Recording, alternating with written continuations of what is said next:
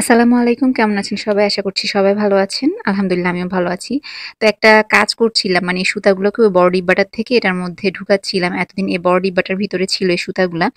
তো ডিব্বা আন্দাজে মানে সুতাগুলা কম যার কারণে হচ্ছে একটার সাথে আরেকটা পেঁচিয়ে আমার অনেক সুতা নষ্ট হয়েছে। আমি জানি এটা যারা সেলাই করে তাদের সবারই হয়তো কম বেশি এই ছোট সুতাগুলো পেঁচিয়ে গিয়ে নষ্ট হয় একটা আরেকটার সাথে থেকে।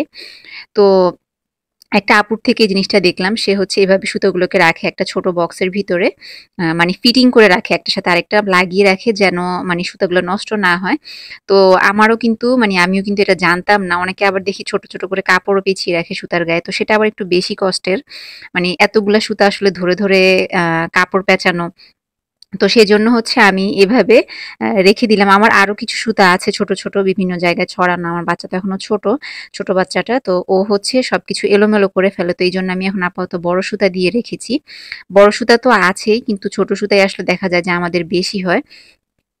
তো টেবিলটা একটু গুছিয়ে নিয়েছি। এটা আমাদের খাবার টেবিল। এখানে হচ্ছে আমি কাপড় কাটবো। বাচ্চাটা এখন ঘুমে, ছোট বাচ্চাটা।